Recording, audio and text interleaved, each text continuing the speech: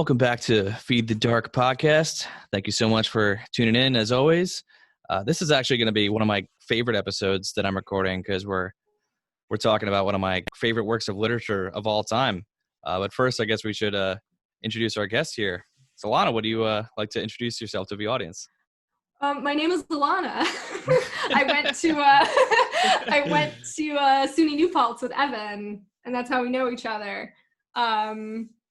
And there's honestly not much to know at the moment. I'm quarantined and stuck in my house like everybody else.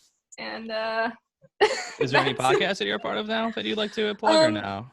Yeah, so right now I've been slowly producing and creating one with someone else about fandom.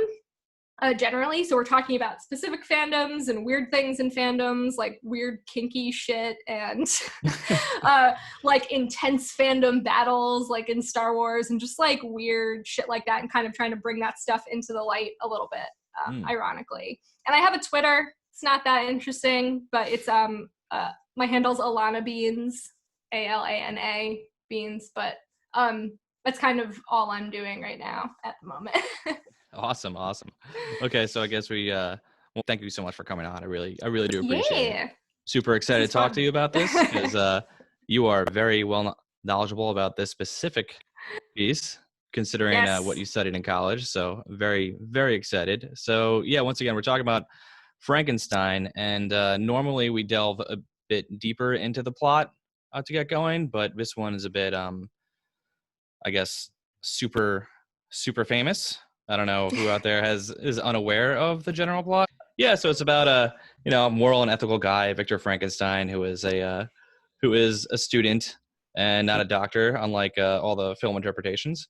And he, has a bit of a god complex, creates I guess not really a friend, just a being out of dead parts, and that guy isn't really too happy and makes Victor's life living hell. It's the basic overall plot. Yeah, it's a gist. So I guess you might have gathered from that very articulate summary that Victor Frankenstein is, although the protagonist, not exactly someone who you're rooting for. And I guess this is kind of where I'd ask you the question of how, like, if you wanted to expand on how Mary Shelley decided to, I guess, represent the male characters in this story. Yeah, so when Evan initially approached me about this novel, I guess we approached each other because this book is wild. He sent me an outline. I looked at the outline, and the one thing that caught my eye was he said there's a lack of female characters, which I feel like for some people that's odd because Mary Shelley is, kind of this pinnacle of feminist achievement. She wrote like the first horror novel. So a lot of women look to her when men say like women don't like horror, and women are like, one of the first horror novels arguably was written by women, but there's hardly any women in it technically.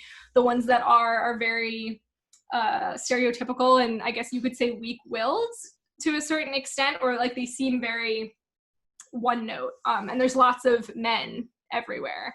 But funnily enough, as Evan mentioned, the men are all garbage.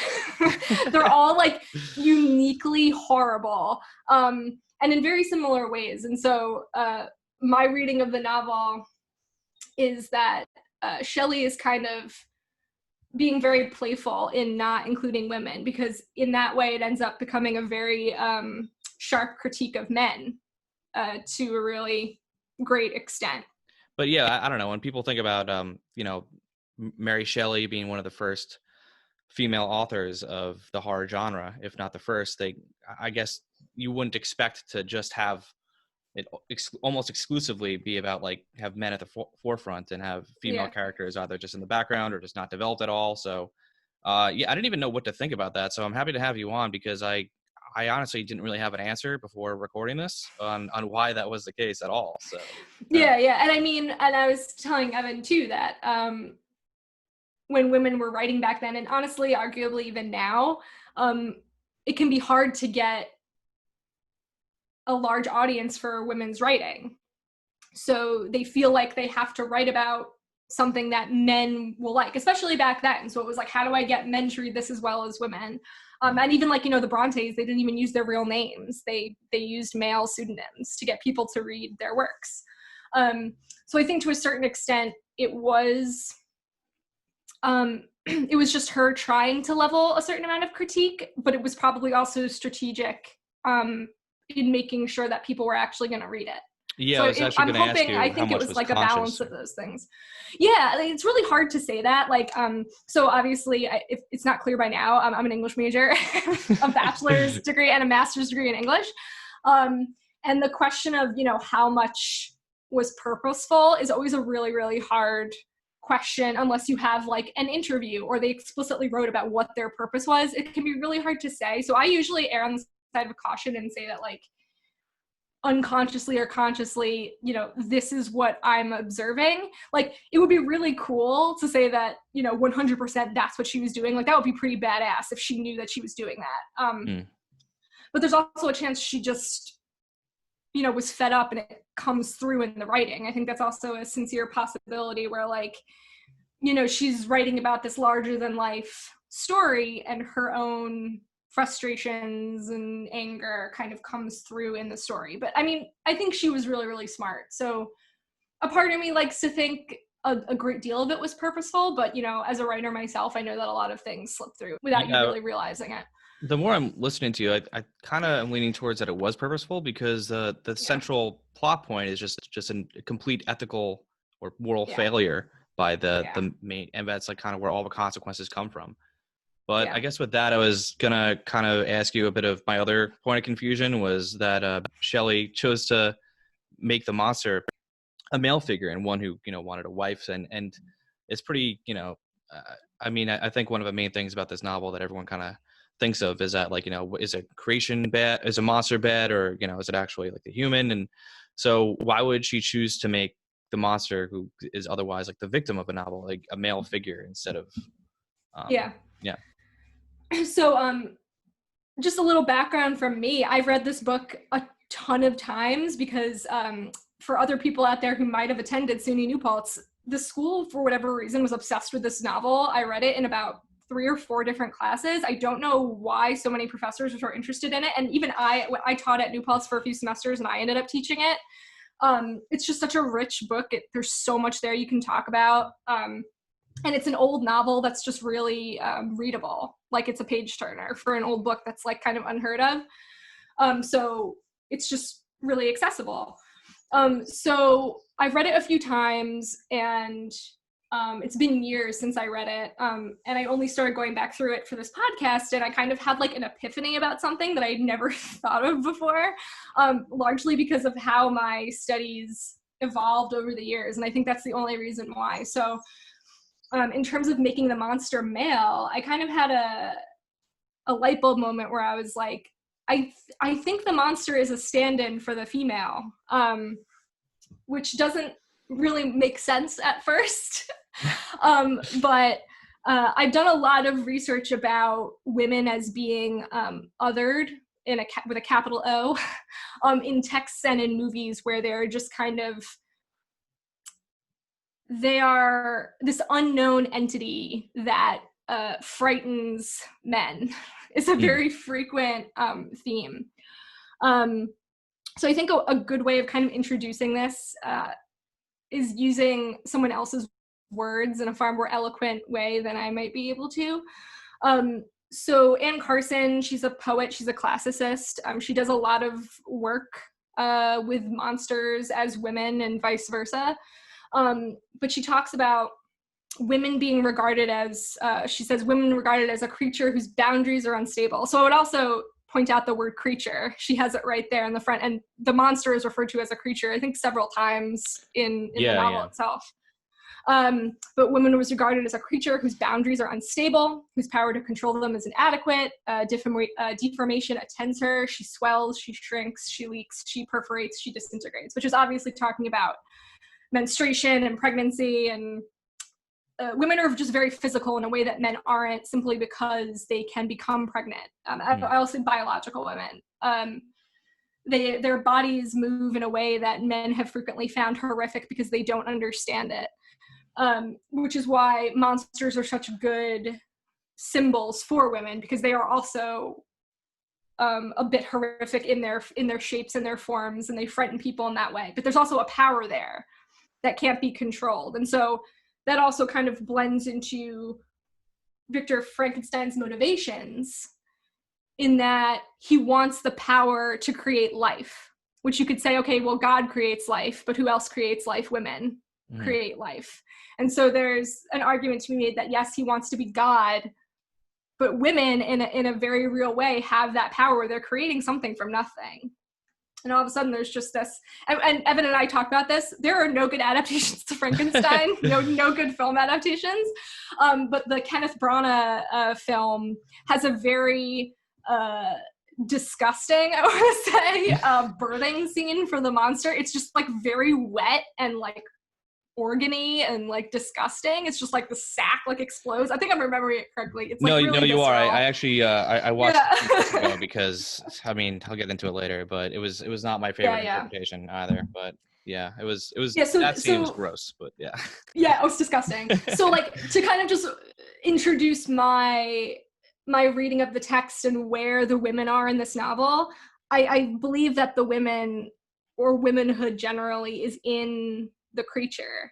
And I think that, Evan had asked, well, then why is the creature written as male? And he's looking for a bride, and she's referred to with the he pronouns. And I said, well, it's possible that she did that again, like I was saying, to kind of attract audiences and say the creature is male. But at the same time, I mean, it's playing with gender in a really interesting way, because it's giving a self-identified or identified by Frankenstein male creature a female perspective. So it's kind of allowing the monster to be both. And so it invites men to experience what it is to be female in a way that's like really interesting. It's like she's trying to create empathy, which is what a good novel should do. It like revs your empathy engine, because you're getting into the minds of these characters, and it helps you evolve as a person. And I feel like it could be argued like she was trying to do that. She was trying to sneak in someone else's perspective without being overt about it.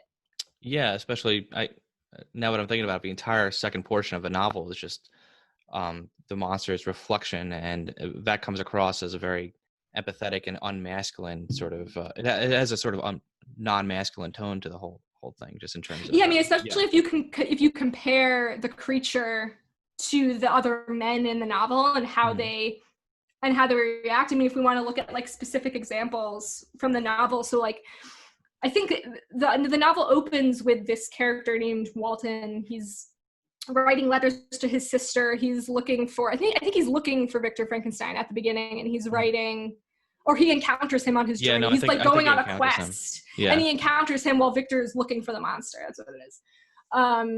And I have it on page 14 in my text, but it's obviously very, very early on. He asks his sister, so this is another kind of like female character that's just kind of thrown in, but she has no story, she has no personality, but he's talking at her more than talking to her, which is also interesting. But he says very early on that, he asks, like, don't I deserve to accomplish some great purpose? Like, this is my destiny, because he's a man, and obviously all men have a destiny, and he just, like, it's his right to have one because he is a man. Speaking of how it was split up into parts, that's the entire first portion. And Victor Frankenstein is the same way. He believes that it is his God-given right to pursue this, regardless of whether or not it is ethical to do so. So there's just lots of entitlement involved in the male characters in this book that just, they're unbearable. I'm sorry, but they're awful. No, sorry, it was all just like making me think of different things in the book as you're saying them. So I think two things came to mind as you were saying that. So with that interpretation, I was wondering what your perspective was on the fact that Victor actually was able to create life. And I mean, obviously his famous reaction in the novel was extremely negative and was an immediate shunning. I don't know, I'm trying to think of a way to kind of ask you what was trying to be said there, or if there was anything maybe deeper that I'm missing on this sort of, on this specific section. I mean, I think it's interesting that she's giving a man an opportunity, because men seem to think that they can do everything better than women, right? Yeah. Like that's kind of the whole thing.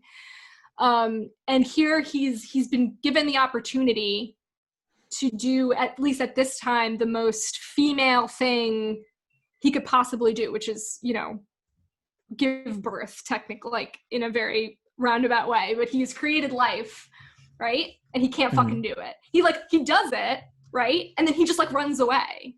Yeah, like, yeah. And what's really funny about that too is that there's a few moments in the novel where she actually says that he has nerves, like an attack of nerves, quote unquote. And if anyone's at all familiar with female medical history, nerves was a legitimate medical condition. So it was essentially like hysteria.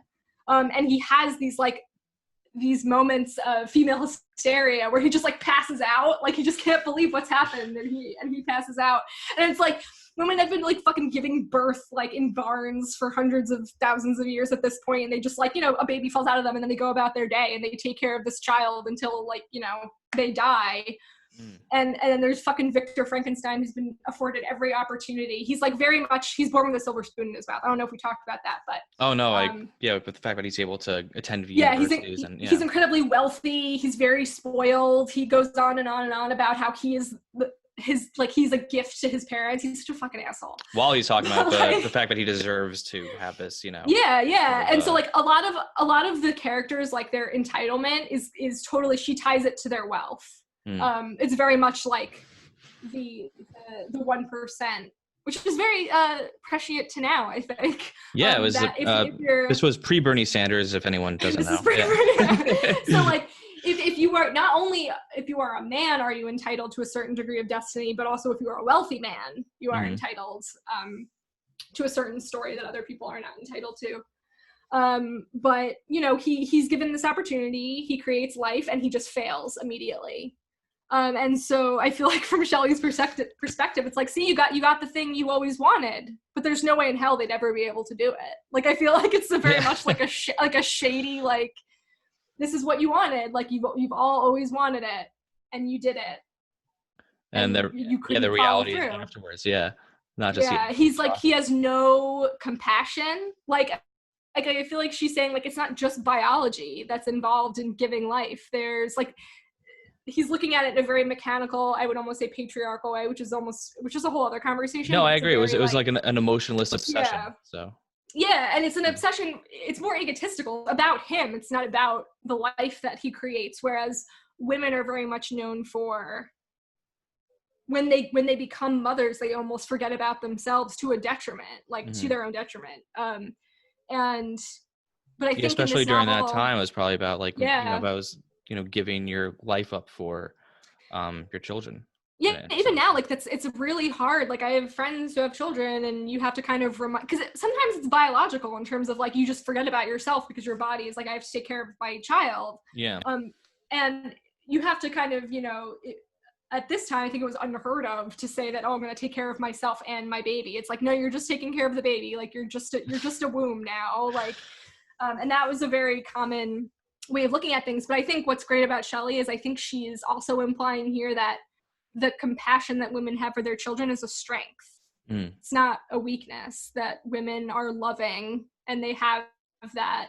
In addition to the power they have biologically to give birth, they also have the emotional strength to care for a child and for another being that obviously, Victor Frankenstein and other men just don't have. So, going off of all that, and I that totally makes sense, and I agree with all of it. But then, I guess like the monster then proceeds to murder people that aren't Victor. I mean, he kills children and women as well. Yeah. So I'm sort of I don't even have a question. I'm just sort of like, well, what is the point there? I'll say two things. Okay. I'll say that the novel is great because it addresses really real issues and it uses fiction to do so, which is what really good fiction does. It takes imagination as a means of understanding real life. So it uses metaphor and symbolism and all this stuff to really get at the meat of issues. Mm-hmm. But at the same time, it's also meant to entertain. So the creature is a monster. Yeah. But at the same time, and she can espouse, you know, the virtues of women, but at the same time, women are humans and they're not perfect, which is often a flaw now in a lot of writing, where people are trying to create strong female characters, quote unquote, but they're not human beings. They're like flawless, or like they show no emotion, they don't make mistakes, and that's equally like a mistake. Like the James Bond version of a female, basically, kind of thing. Yeah. Like I mean, honestly, like, so I wrote a master's thesis about women and monsters and narrative, and I wrote about Medea, who's a very famous protagonist in Greek tragedy, and she murders her children. She murders her children and her husband. Does she murder the husband? I know for sure she murders the kids, but she murders the children because the husband threatens to take them away, and she's like, well, they're my children. But the whole play is that she carries the children, but somehow they're still the husband's, because that's just how the society was. And so in order to reclaim ownership of them, she murders them. This is not, you know, on a real life level, on like a practical level, obviously you don't want mothers murdering their children. But there's a reclamation of agency in those stories, in which it's kind of trying to expose the oppressiveness of men when they're trying to, you know, control something that is so intrinsically female, to say like, I carried this being in my body for 9 months, but all of a sudden it's not mine. Yeah, I know that also makes sense, because art is not obviously supposed to like be an actual literal. Yeah, okay. I found it just, you know, it's a fair question. Yeah. But I think some of the text obviously is a nature versus nurture question, right? So like the creature does not get any support from Victor once it's born, because Victor just fucks off as soon as the creature is born. And so the creature is born afraid and doesn't really understand what it's supposed to do. And interestingly, we can actually bring this into the religious focus if you'd like, but so the creature begins to learn about life. He, you know, wanders around for a while, and he stumbles onto like a hut in the forest with some, like, I guess they're like peasants. They're just poor people living in the woods. And there's an old man. Yeah. There's an old man living there. He's blind, which is why the creature is able to interact with him, because the man can't see him, which is a whole other really interesting thing. This is a very rich book. But he gets all these books. So he learns how to read. And one of the main texts that Shelley focuses on that he reads is Paradise Lost. So for people who don't know what Paradise Lost is, it's essentially a fan fiction rendition of The Fall. So he reads a lot about Lucifer, and he ends up comparing himself to Lucifer multiple times. And obviously Victor is like God in this scenario, and God creates Adam, and God creates Lucifer, and all these other things. But I don't know if you want to take it from there, because I know you were really interested in actually, first, I do want to talk about that, but before we get into that, I just wanted to, I guess, unless this is going to be too time consuming, just, I guess, your thoughts on the fact that you know, the creature learned on its own only from someone, as you mentioned, who couldn't even see him, and once people were able to see the monster, they reacted like violently, and then the monster got blamed for the reaction, which I feel ties into the whole female theme. Yeah. And I actually just had, that's a really interesting point, because it's almost like it's an exposure of, like, let's say a female author using a male pseudonym, and they realize that the man who wrote this great work was a woman the whole time. Like, how would they react to that? Fuck this book. Wait, this is written by a woman? Like, would they? Yeah, like, what would they still appreciate it? Like, that's a really interesting, like, very cool thing where they realize who the creature is, and it's like, okay, well, what if the creature is a woman? What would the reaction have been? So, like, I did not think of that before that question. That was really, really interesting. But yeah, that's what I would say for sure. Cool. Yeah, and I guess circling back to what you were saying before about Paradise Lost, with this, once again, I mean, I know this is probably the 30th time during this conversation that I've said this, but I don't even have like a specific question. I just thought it was interesting that the creature would compare himself both to Adam and to Satan, and this kind of comparison goes on for a few chapters, and yeah, you know, the God comparison, saying that like, you know, I relate to Adam in that I am, you know, get disconnected from other humans, but I'm also the first creation, and you know, created by, you know, Victor of a God. But also I relate to Satan in that I was outcast, but not for any, you know, action. It just, I existed, yeah, and that was kind of, you know. So I only bring this up because this is, I mean, this is so jam packed with philosophy and religion, yeah, and the issues that we were talking about. But I really don't want to spend too much time here because I mean, I could create like 9 episodes and still not be done with this shit. But yeah, I mean, I guess if I were to form it into a question, I guess I'd ask, if you were to tilt the monster on one side, do you think he would be more Adam or Satan? Because he seems to be going back and forth that within his own mind. yeah. I guess, I mean, based on our discussion, I would say the creature is Eve. Oh, correct. Yeah. More than Adam or Lucifer. I mean, he views himself. I mean, the whole thing is very interesting, right? Because Paradise Lost, you know, turned Lucifer, took the devil, which was a very straightforward black and white character, and gave him life. That's why I would actually say Lucifer. Yeah, he created like motive, and he made him complex, and he put the question in everyone's minds, you know, like, how bad is he? Which is the question you should start asking yourself about the creature, because you're like, that's the question. I think like that's a really big question that Shelley is trying to ask is, okay, there's a monster here, right? Quote unquote, a monster. Because our hero, our protagonist of the novel, is saying this is a creature, right? But she's asking the audience to, and I think this was really refreshing for the time, is that she's asking her audience to question the protagonist of the novel, which I feel like was a really new idea. Like now I feel like we're really comfortable with the idea of the unreliable narrator, right? Like every time a lot of people now, like it's just very common knowledge to when you're watching anything, you kind of question who our storytellers are and who our heroes are. Yeah, we have famous movies like, you know, There Will Be Blood and all this stuff where like our characters are assholes basically. So well, like anti-heroes, right? Although I would even struggle with calling Victor an anti-hero because he's not even like the Punisher or anything. He's like Oh yeah, no, absolutely not. Yeah. Like there's nothing likable about, like there's something about Victor, at least from my perspective, that I'll be like, okay, well I guess I see where he's coming from. Like he's just a straight up psycho. Like one of the first papers I ever wrote, like in undergrad, one of the first times I read this book,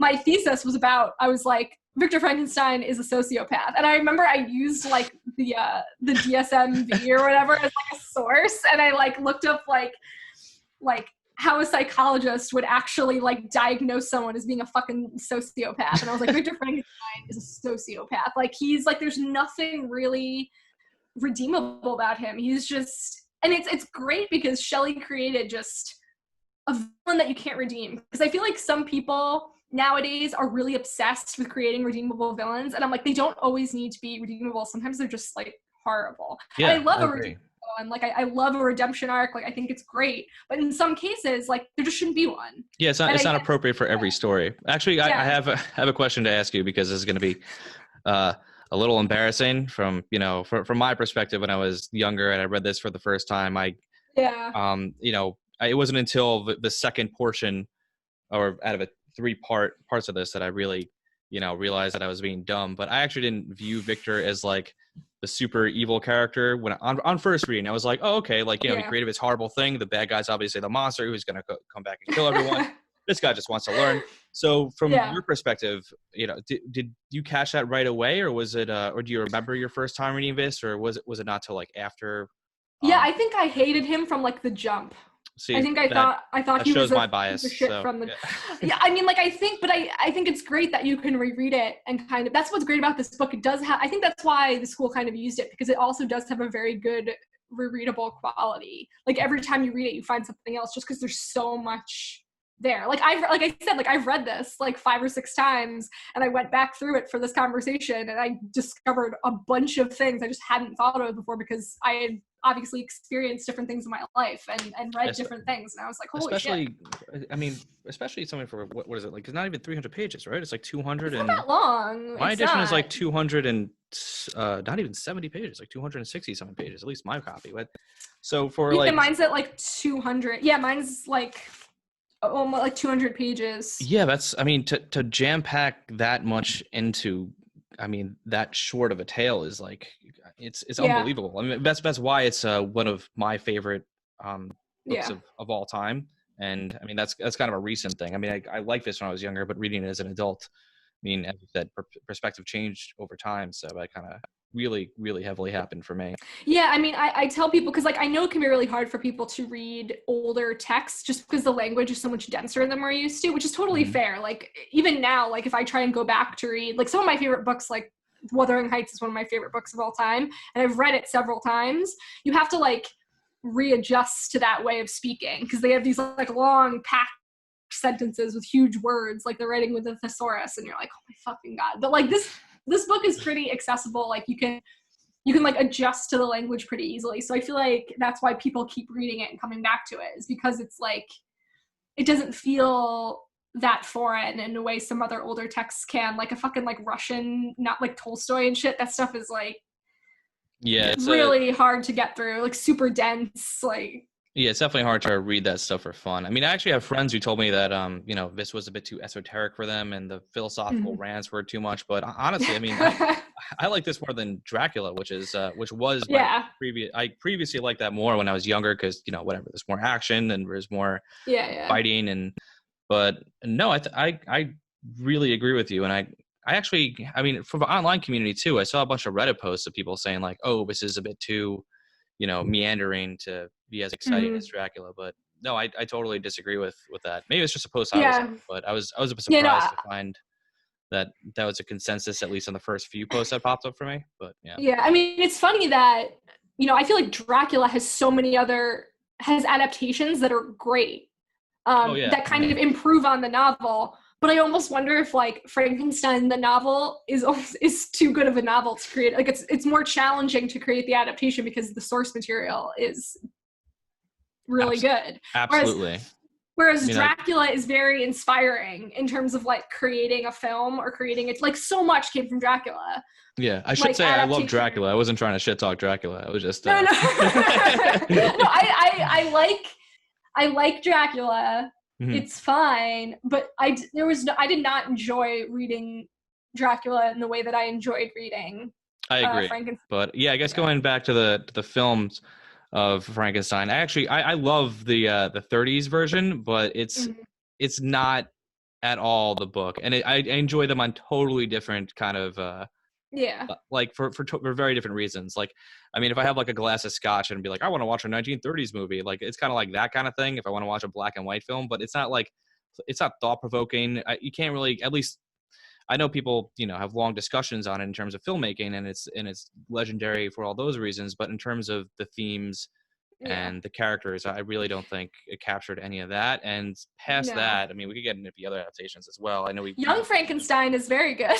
I love Young Frankenstein. Yeah. Like, again, none of the adaptations as adaptations are good, which is fine. Like, but there has yet to be an actual, I would like to see a film, or even like, I almost feel like a limited series of this book that was like a legitimate adaptation would be incredibly good. Yeah, I always said I prefer like, you could do things like they could portray the monsters almost being like genderless. They could do like an ambiguous gender. There's so many cool like practical effects and cool things they could do for the creature for an adaptation of this, and there just hasn't been anything yet. I mean, I'm like trying to and I feel like we're in a moment in which it would be really appreciated and done really well. Like, I don't know if you watched any of the Swamp Thing TV show, which was very, very sadly canceled after like 6 episodes.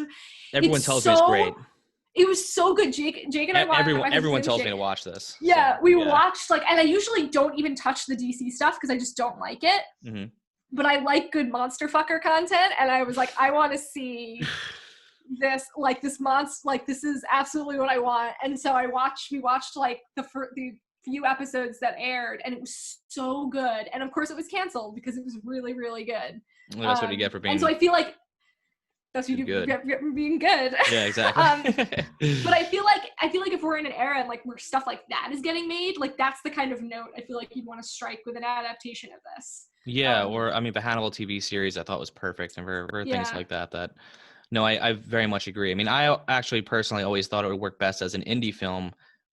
Pretty much after I saw the 1994 version, which I just pulled up now, because this beat by beat, outside of a few very strange choices, one of which we discussed earlier, and a couple others. I mean, beat by beat, like on paper, it sounds like it goes through all the plot points of the book, but like it's just so not operatic, like operatic in like a Michael Bay way, where everything just like explodes. And like people are making crazy facial expressions the entire time and like super overacting. And like this is like it's a very quiet novel. People just, you know, mostly either having conversations or, I mean, there are moments of violence, but it's not like I don't know. I mean, so after seeing that, I kind of thought it would work better as like not specifically A24, but like that kind of a film. Just like just like maybe give someone like a very like not small amount, but like not too much money, so they can't go like insane with it. And especially because you know people's vision of Frankenstein now is like, oh, it's this big brooding zombie, and like just give someone who gives a fuck about the novel like, you know, a modest amount of money and make an indie film. And I think that would be, in my opinion, that would be like awesome. Yeah, I think taking the subtle approach is the best approach when it comes to this novel, just because like we were talking about, there's so many hidden details in the novel. And I almost feel like you should take that approach as a filmmaker. The more subtle you are, the more powerful the final product is, which is the book. Like there's so many quiet things happening in the book that you don't really realize. For sure. Which actually, Jordan Peele will probably be really good at that, because he's like, all his films are so like I was telling Evan, it's totally off topic, but I just watched Get Out for the first time because I'm a piece of shit. And there were so many moments where like it took me like a few seconds to catch up to what was happening, and then like my mind, like I lost my mind, because like he would just build it up very quietly and these small details, and then he would finally like reach the like climax of all these individual like plot lines, and every single time I would like I full body gasped at one moment when I realized what was happening. I was just like, holy shit. Like I feel like it has to be kind of done in a similar way. Like the writing's impeccable in that movie. And I mean I love Eggers too. I know we briefly said we want to talk about The Witch maybe at some point, and I mean I love Lighthouse and all that stuff. So I still have to watch The Lighthouse. I have not seen Lighthouse. Is you I'm very curious to hear your thoughts. I love it, but I'm curious to hear what your takeaway is. But I still have to watch it. Yeah, but I guess we are a bit over time now. So was there anything that, I mean, there's a lot of stuff that I missed that I would like to talk about, so I'm afraid to ask this, but is there anything like final thoughts that you I'm looking upon or something? I'm looking through. Okay, so the one thing we didn't super talk about is the concept of monster dualism. So I don't know if we want to try and squeeze that in. Yeah, we can do that real fast. Yeah. Just the idea of monsters generally, like what are monsters doing in a story? What's the purpose of them? And there's a really good metaphor about a monster being something like a lighthouse. So they are both a shelter and a warning all at once. Mm-hmm. So you can hide within them, but at the same time they act as a warning.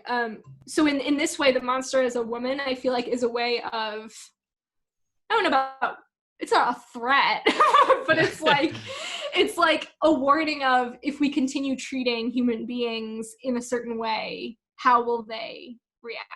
Which is a very interesting question for then, and it's a very actually interesting question for now, in light of everything that's happening in the world, is if you continue on this path of treating people in a certain way, how are they going to react, and can you blame them for that? And just for context, at the time of filming this, the riots. Okay. No. And they're happening, and there's a very legitimate conversation and question happening: is, are they necessary? Mm-hmm. And there's a very real argument that's yes, because no one got arrested until there was a riot, and all of a sudden someone gets arrested. So that's what that's in relation to, but yeah, that's what I'm talking about. So it's just, I think that's another, talking about what questions the book is asking its audience, and I think that's one of them. And I think she's one of the first people to kind of use the monster in that light, and I think a lot of people have done it since.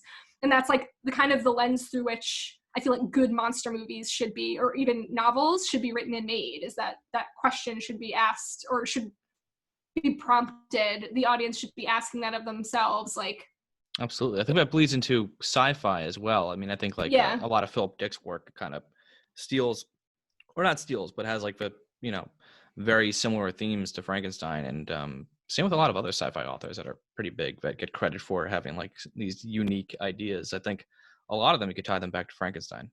Oh, for sure. Yeah. Yeah, 100%. It's we would not have the things that we have today without this book. I don't think. And so I don't think I'm not sure it gets enough credit for that.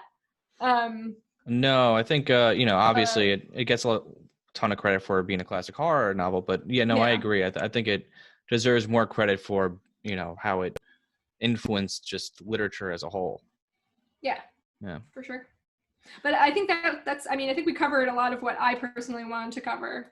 So. Yeah, no, I think for this episode, we're good. I mean, maybe one day down the road, I'll do a follow-up if there are really burning questions in my head. But I think if there's an actual good adaptation. Yeah, if I see a trailer that actually gets me excited, other than like I, Frankenstein or whatever other I fucking forgot about that.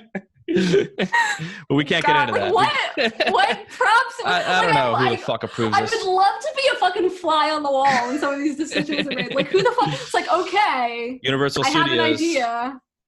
Universal is holding it hostage right now. So, I mean, we're going to for the rest of the time, but hopefully Universal gets a bit more art house and I'll be, is never going to fucking happen, but maybe a man can dream.